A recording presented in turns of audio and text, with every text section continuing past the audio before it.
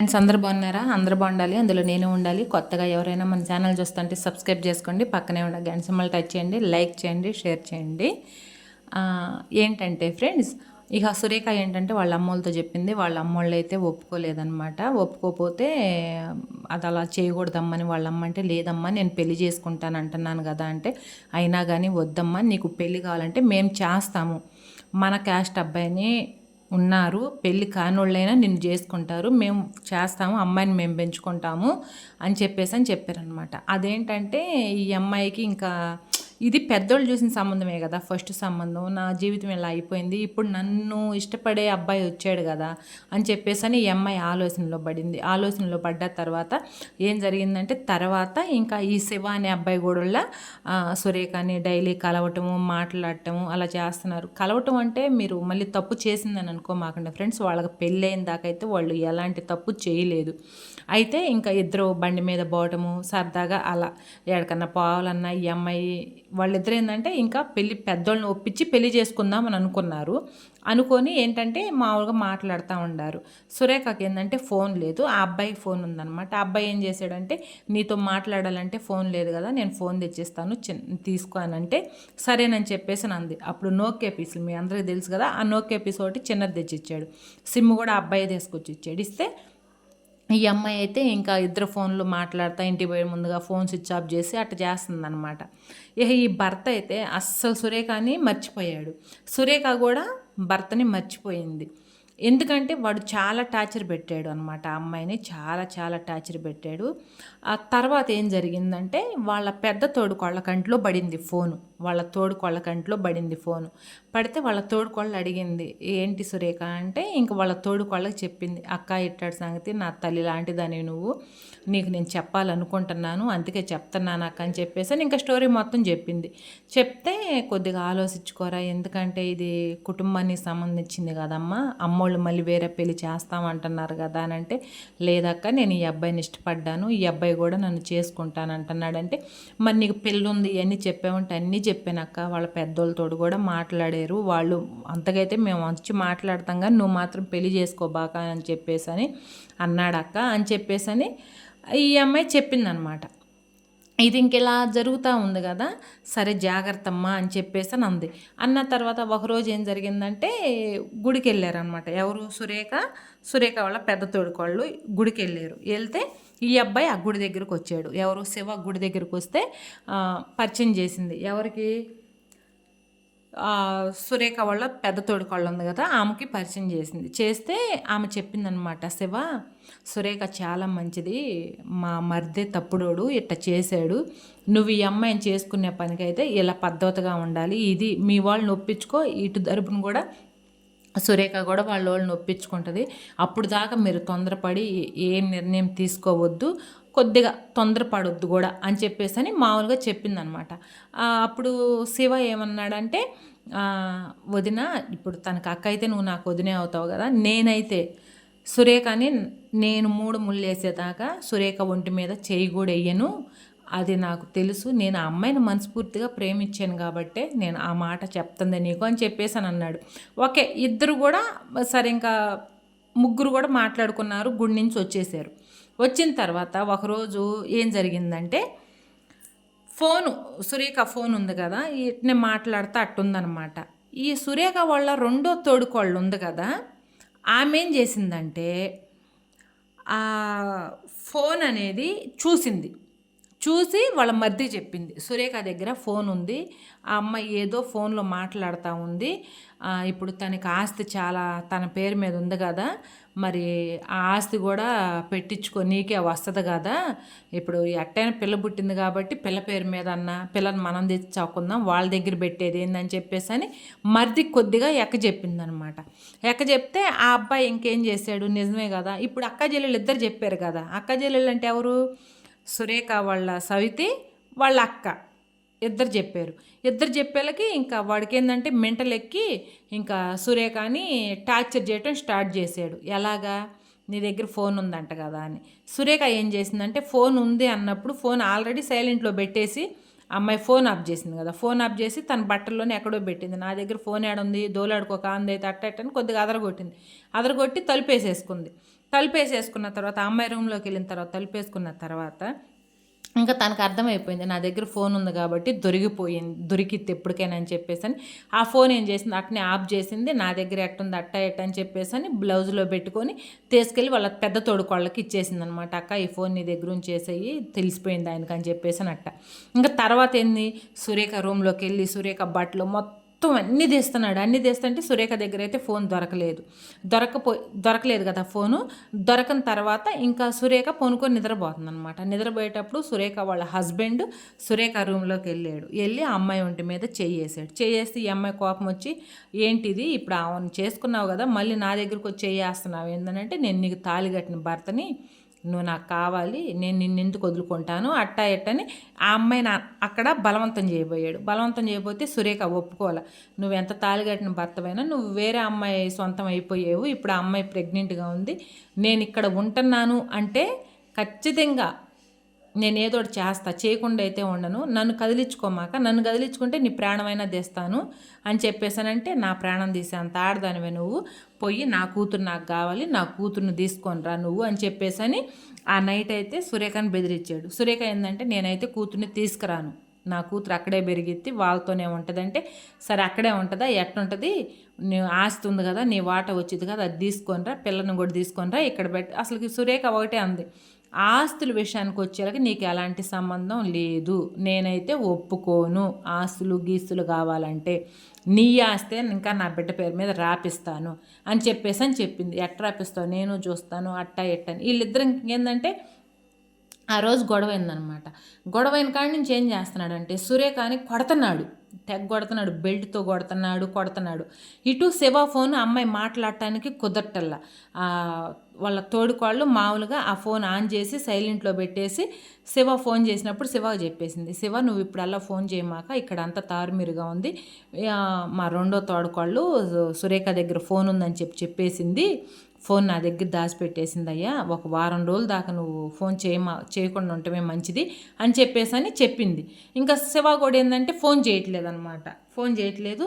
ఇంకా ఈ సురేఖ మామూలుగా షాప్ దగ్గరికి వెళ్తుంది కదా, వాళ్ళ తోడుకోళ్ళిద్దరు ఎవరు సురేఖ వాళ్ళ పెద్ద తోడుకోళ్ళిద్దరు షాప్ దగ్గరికి వెళ్తుంటే ఊరక శివ వచ్చి చూస్తున్నాడు కానీ ఏం మాట్లాడటం అదేం లేదు. అయితే ఈ సురేఖ వాళ్ళ హస్బెండ్ ఏం చేశాడంటే నువ్వు షాప్ దగ్గరకు కూడా వెళ్ళటానికి లేదు, ఇంట్లోనే ఉండాలి, ఇంట్లో పని చేస్తూ ఉండాలని చెప్పేసి ఈ అమ్మాయిని ఇంట్లోనే పెడుతున్నాడు. సరే ఇంట్లో ఉండి పని చేస్తున్నా కానీ ఏం చేస్తున్నాడంటే ఊరికి అమ్మాయి మీద చేతులేయటము, నువ్వు నాకు కావాలంటము, ఇక టార్చర్ అనేది స్టార్ట్ చేసాడు. సురేఖ అయితే ఒప్పుకోలే, నేనైతే నీ సొంతం ఇంకా కాను, అయిపోయింది, నువ్వు వేరే మనిషి మీద చేసినప్పుడే అయిపోయిందని చెప్పేసి ఇది కూడా పట్టుదలగా అట్టనే ఉంది. వాడు పంతానికి వస్తున్నాడు. ఒకరోజు ఏం జరిగిందంటే అసలు తెగ కొట్టాడనమాట. ఎవరు సురేఖ వాళ్ళ హస్బెండ్ సురేఖని తెగ కొడితే ఇంకా సురేఖ తట్టుకోలేక నన్ను ఇలా కొడతావని చెప్పేసి వాళ్ళ మామయ్యోళ్ళకి కబురు చేసిందనమాట. వాళ్ళ మామయ్యోళ్ళకి కబురు చేస్తే వాళ్ళ మామయ్యోళ్ళు వచ్చి తనుకునేంత గొడవైంది. అసలు మా పిల్లని కొట్టే అంత ఇదేంది, నువ్వు వేరే పెళ్లి చేసుకున్నావు, ఇప్పుడు దాకా మా పిల్ల ఆగమంటే మేము ఆగాము అని చెప్పేసి ఇక వీళ్ళ తరపున పెద్ద మనుషులు వాళ్ళ తరపున పెద్ద మనుషులు అందరూ వస్తారు కదా, వాళ్ళందరూ గుమ్ముగూరిన తర్వాత చీ అని వాడినే అన్నారు. ఎందుకంటే భార్య ఉండంగా పిల్ల ఉండంగా ఏరే పెళ్లి చేసుకోవటం అనేది తప్పే కదా. ఇన్ని రోజుల నుంచి మాకు తెలియదు అంటే కొంతమంది పెద్ద మనుషులకి మాకు తెలియదు పెళ్లి చేసుకున్న సంగతి, నువ్వు ఇది కరెక్ట్ కాదు అట్ట ఇట్టని వాడినే దెంగులు పెట్టిన తర్వాత ఏం చేశారంటే వాళ్ళ మామయ్యోళ్ళు నీకు ఇన్ని ఎకరాల పొలం ఉంది, మేము కట్నం కింద ఎంత ఇచ్చాము, మరి పిల్ల పుట్టింది కాబట్టి ఈ పిల్ల పొలం ఈ పిల్లకి ఇచ్చేసి రేపు నీ బిడ్డకి ఏంది నువ్వు చెప్పాలి అని చెప్పేసి అనగానే వాళ్ళు ఏం చేశారంటే బిడ్డ పుడితే నాకు అవతల ఇప్పుడు ఈ అమ్మాయి కూడా లేకుందంటే ఆ అమ్మాయితో మాకు సంబంధం లేదు, ఎక్కువ మాట్లాడంటే మేము కోర్టుకి వెళ్తామని చెప్పేసి అని అన్నారు. అంటే సురేఖ వాళ్ళ పెద్ద బావ గారు ఉన్నారు కదా, అంటే సురేఖ వాళ్ళ హస్బెండ్ వాళ్ళ అన్నయ్య ఆయన ఉండి అదేం కాదండి, కరెక్ట్గా సురేఖకే న్యాయం చేయాలి, మాకు పొలం అంటూ ఇస్తామన్నారు కానీ మీరు ఇంకా ఇవ్వలేదు కాబట్టి ఆ పొలము ఉంచేసుకోండి, సురేఖకి అన్యాయం జరిగింది కాబట్టి అది సురేఖకే, మాకు అంటే మా నీరుకి మా బిడ్డ పుట్టింది కాబట్టి సురేఖకి ఒక కూతురు పుట్టింది కాబట్టి మా తమ్ముడికి ఒక కూతురు పుట్టింది కాబట్టి మా పిల్లకి మేము న్యాయమే చేస్తాము, అన్యాయం చేయము అని చెప్పేసి ఆ రోజు పెద్ద మనుషుల్లో కాగితాల రూపంగా ఏం రాపించుకున్నారంటే ఆ పిల్లకి ఎకరం పొలం అంటే సురేఖ వాళ్ళ హస్బెండ్కి వాటాకి 4 ఎకరాలు వస్తుంది అన్నమాట. 4 ఎకరాలకు వస్తే సురేఖకి ఎకరం, సురేఖ కూతురికి ఎకరం ఖచ్చితంగా పెట్టాల్సిందే అని చెప్పేసి అని అన్నారు. సురేఖ వాళ్ళ బావగారు కూడా ఒప్పుకున్నాడు అనమాట. వాళ్ళ రెండు ఆయన కూడా ఒప్పుకున్నాడు. అంటే వాళ్ళ ముగ్గురు, సురేఖ వాళ్ళ హస్బెండ్, వాళ్ళిద్దరు అన్నయ్యలు కూడా ఇష్టపడ్డారు. అదేమన్నమాట, అది అన్యాయం చేయకూడదు సురేఖ అని చెప్పేసి అని ఆ రోజు పెద్ద మనుషుల్లో మాటలు కాదు కాగితాల రూపంగా ఉండాలని చెప్పేసి అని సురేఖకి ఎకరం, సురేఖని పెళ్లి చేసుకొని అన్యాయం చేసినందుకు, రెండో పెళ్లి చేసుకున్నందుకు సురేఖ కూతురికి ఎకరం పొలం అని పెట్టేసి, రేపు పిల్లనాటికి పెళ్ళికి పిల్లని మేమే చదువుతాం నీకైతే ఇయ్యము అని చెప్పేసి అని, పెళ్లి నాటికి మాత్రం నువ్వే ఇవ్వాలి, నువ్వే ఆ పిల్లకి పెళ్లి చేయాలి, కట్నం కూడా నువ్వే ఇవ్వాలి. అది నువ్వు 1,00,000 ఇస్తావా 2,00,000 ఇస్తావా అప్పటికి ఎంత పెరిగితే అంత ఇవ్వాల్సిందేనని చెప్పేసి అని పెద్ద మనుషుల్లో కాగితాలు అయితే రాపించుకున్న తర్వాత సురేఖని రమ్మంటే నేను రాను, నేను ఇక్కడే ఉంటాను అని చెప్పేసి అని అంది. అంటే విడాకులు ఇవ్వాలి కదా, విడాకులు ఇద్దామమ్మా వద్దు అని చెప్పేసి. అప్పుడు ఏంటంటే ఎక్కువ కోర్టుకి వెళ్ళటం అట్ట ఏం ఉండేది కాదు ఫ్రెండ్స్, ఇంట్లోనే పెద్ద మనుషుల మధ్య వగదించుకునేవాళ్ళు. ఈ ఆస్తి కాగితాలు మాత్రం సురేఖ భద్రంగా వాళ్ళకి ఇచ్చి పంపించేసింది. అంటే వాళ్ళ అన్నదమ్ముళ్ళు ముగ్గురు సంతకం పెట్టారు, వాళ్ళు పెద్ద మనుషులు అందరూ సంతకం పెట్టారు, అన్నీ చేశారు ప్రూఫ్లతో సహా. అది బాగా బందోబస్తుగా చేపించిన తర్వాత సురేఖని రామ్మంటే నేను రాను, నేను ఇక్కడే ఉంటాను అని చెప్పింది. ఉంటానని చెప్పేళ్ళకి ఇప్పుడు పొలం రాపించుకున్నారు కదా, ఇప్పుడు వాళ్ళు రెండో తోడుకోళ్ళు చెల్లెలు, ఈ సురేఖ వాళ్ళ ఆయన, ముగ్గురు సురేఖ మీద గుర్రు దాకున్నారనమాట. అంటే కోపంగా ఉండి సురేఖని ఎలా టార్చర్ పెడుతున్నారంటే బయటికి టార్చర్ పెడుతున్నారనమాట. ఎట్టంటే రేత్రి పోయి ఆ అమ్మాయిని బలవంతం చేయబోవటం, ఎవరు మొగుడు. ఈ అమ్మాయికి ఇష్టం లేదు, ఎందుకంటే ఆల్రెడీ ఈ అమ్మాయి శివ ప్రేమలో ఉంది. ఒకటి భర్త ఆ పని చేసింది ఆల్రెడీ ముందుగానే అమ్మాయి కోపం ఉంది, దగ్గరికి అయితే రావట్లేదు. రాకపోతే ఏం చేస్తున్నాడంటే సిగరెట్లు ఉంటాయి కదా, సిగరెట్లు కాల్చి అది ఆ అమ్మాయికి పెడుతుంటే ఓర్చుకుంది, ఆ అమ్మాయి కూడా ఓర్చుకున్న తర్వాత ఇక లాభం లేదు ఎదురు తిరగకపోతే అని చెప్పేసి అని వాళ్ళ పెద్ద తోడుకోళ్ళు ఉంది కదా, వాళ్ళ తోడుకోళ్ళు ఏం చెప్పిందంటే అమ్మ ఆస్తి పంపకాలు కూడా అయిపోయినాయి, ఈ నరకం నేను చూడలేను, ఇది మగోళ్ళకి కూడా చెప్పలేము మనం, చెప్పినా కానీ నిన్ను వెళ్ళిపోమంటున్నారు, నువ్వు ఎలా అంటున్నావు ఏంటనేది నాకైతే తెలియదు, ఇది కరెక్ట్ కాదురా నువ్వు వెళ్ళిపో అని చెప్పేసి అని వాళ్ళ తోడుకోళ్ళు అయితే ఒప్పించింది. ఎందుకంటే నువ్వు ఇంత నరక వేతం పట్టడం నాకైతే ఇష్టం లేదమ్మా అని చెప్పి శివాకి ఫోన్ చేసింది. ఎవరు వాళ్ళ పెద్ద తోడుకోళ్ళే శివాకి ఫోన్ చేసి, శివ రా ఇంటికి, అంటే ఇంటికంటే వాళ్ళ ఇంటికి కాదు షాప్ దగ్గరికి రా నీతో మాట్లాడాలని చెప్పి షాప్ దగ్గరికి వెళ్ళినప్పుడు వాళ్ళ పెద్ద బావగారు కూడా ఉన్నారు కదా, వాళ్ళ పెద్ద బావగారితో కూడా మాట్లాడిచ్చింది, ఇట్టాడు సంగతి ఇట్టా అని చెప్పేసి అని. వాళ్ళ ఆ అబ్బాయి కూడా అయ్యా ఎవరైతే ఏమి మాకు ఆ అమ్మాయి అంటే అభిమానం ఎక్కువ, నువ్వు పెళ్లి చేసుకుంటానంటే నేను వాళ్ళని ఒప్పిస్తానని చెప్పేసానంటే సరేనని చెప్పేసని శివాని తీసుకొని సురేఖని తీసుకొని సురేఖ వాళ్ళ తోడుకోళ్ళు బావ నలుగురు కలిసి ఒక కారు మాట్లాడుకొని ఆ కారులో వెళ్ళిన తర్వాత అక్కడికి వెళ్ళిన తర్వాత వాళ్ళు కూర్చున్నారు. అంటే మామూలుగా సురేఖ కూడా వచ్చింది కదా, కూర్చున్న తర్వాత ఏం జరిగిందంటే సురేఖ వాళ్ళ బావగారు చెప్పారనమాట, ఇట్టాడు సంగతి అంటే ఏమన్నారంటే మాకు ఇష్టం లేదు మా అమ్మాయిని ఇయటము, ఆయన ఎంతవరకు కరెక్ట్ అబ్బాయి అని చెప్పేసి అని శివతోటి మాట్లాడారు. నీదేం క్యాస్టు ఏంటి మీకు ఏముంది ఇవన్నీ వైనంగా అడిగితే శివ చెప్పిన తర్వాత మేము నాయుళ్ళమండి, నాకు ఒక చెల్లెలు ఉంది, నేను ఇట్లా చదువుకుంటున్నానని. నువ్వు చదువుకునేవాడు ఏం ఉద్యోగం చేస్తావు, ఇప్పుడు మా అమ్మాయిని తీసుకెళ్ళి ఎలా పోషిస్తావు, నువ్వు ఇవన్నీ ఉంటాయి కదా అన్నీ అడుగుతున్నారనమాట. అడుగుతుంటే అబ్బాయి మాకు ఆస్తుందండి, మీ అంత లేకపోయినా ఎంతో కొంత నాకు 2 ఎకరాల పొలం ఉంది, గూడూరులో నాకు ఇల్లు ఉంది, మా నాన్న వచ్చేసి రైల్వే ఎంప్లాయీ, మా అమ్మ వచ్చేసి వేరే జాబ్ ఒకటి చేస్తూ ఉంది అని చెప్పేసి క్లియర్గా చెప్పినా కానీ వినలా.